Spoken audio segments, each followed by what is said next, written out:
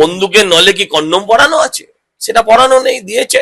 Encounter করা হলো মানে কি? একজন আসামি যদি পুলিশের রিভলভার কেড়ে গুলি ছোড়ে তাহলে তাকে কি করবে? এত বড় মোমবাতি কোথায় ছিল এতদিন কে জানে। হ্যাঁ, ওনার থেকে বড় ওনার মোমবাতি। এই মোমবাতিটা যদি আগে নিয়ে বুঝতেন তাহলে ওনার বাতি নিভতো না। মুখ্যমন্ত্রী ক্যান্সার হতে পারে, মুখ্যমন্ত্রী কলেরা হতে পারে, মুখ্যমন্ত্রী কোভিড হতে পারে, মুখ্যমন্ত্রী পাগল হতে পারে না। কথায় আছে ক্ষমতা যার পুলিশ তার। এই শিক্ষা বর্তমান সরকারের নয়, এই শিক্ষাটা দিয়েছেন বিগত সরকার।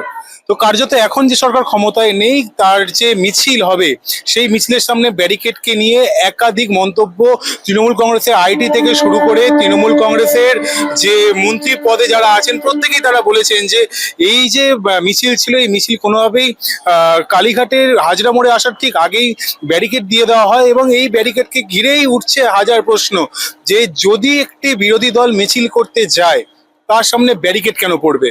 বিরোধী দলের মিছিলের সামনে ব্যারিকেড পড়া নিয়ে এই যে মন্তব্য, তার কাল সন্ধ্যে থেকে একাধিক মন্তব্য শোনা যাচ্ছে। এই মন্তব্যকে ঘিরে বর্তমানে বিজেপির পক্ষ থেকে কি বলা হচ্ছে? কারণ একাধিকবার বলা আমরা জানি যে সংবিধানে বিরোধীদের একটি বিশেষ ভূমিকা রয়েছে এবং বিরোধীরা তারা বিরোধিতা করবে, এটাই স্বাভাবিক। তো সজল ঘোষ কি বলছেন যে এই যে গতকালের রাত্রির বেলায় যে ব্যারিকেড দেওয়া হলো, মিছিলটা আটকানো হলো এবং তারপরে প্রাক্তন মুখ্যমন্ত্রী মমতা বন্দ্যোপাধ্যায়ের লাইভ, সেই লাইভের মধ্যে দিয়ে যে বার্তা উঠে আসছে তারা কি বলছেন সজল ঘোষ এই মুহূর্তে খুব ভালো বক্তা, আমরা শুনে নেবো তার মুখ থেকে। চলদা, প্রভাস মণ্ডলকে এনকাউন্টার করা হলো, তাহলে কি যোগী 2.0 মডেল চালু হয়ে গেল? না না, যোগীর 2. যোগী প্লাস যোগী আলট্রা এইসব বলার কথা কোনো যুক্তি নেই। শুভেন্দুবাবু আর এনকাউন্টার করা হলো মানে কি? একজন আসামি যদি পুলিশের রিভলভার কেড়ে গুলি ছোড়ে তাহলে তাকে কি করবে? তাকে গুলি করবে, করেছে।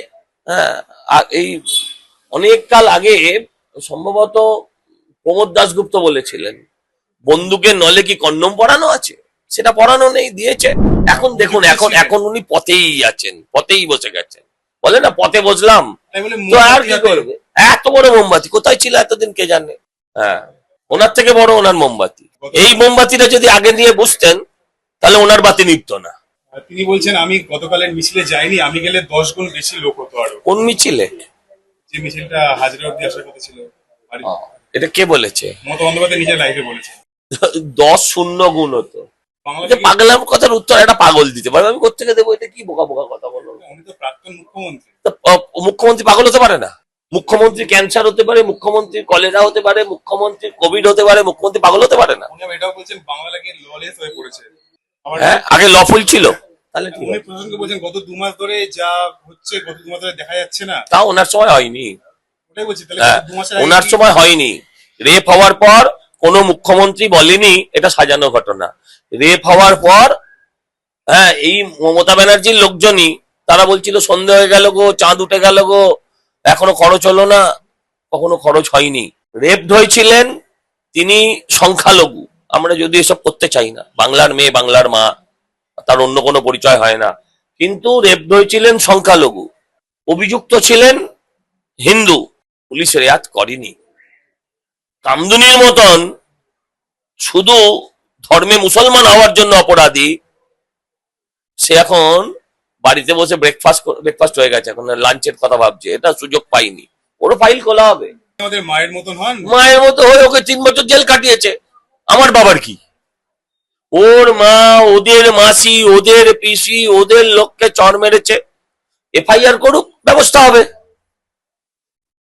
এফআইআর করুক, ব্যবস্থা হবে। আবার কি আছে? আর যদি এফআইআর না করে মায়ের চর মনে করে থাকে, কুণাল ঘোষ যদি মনে করে যে এখন আমাকে মা জেল কাটিয়েছে, সংশোধন আকারে পাঠিয়েছিল সংশোধিত হওয়ার জন্য, তো করে ওর ব্যাপার, আমি কি করব?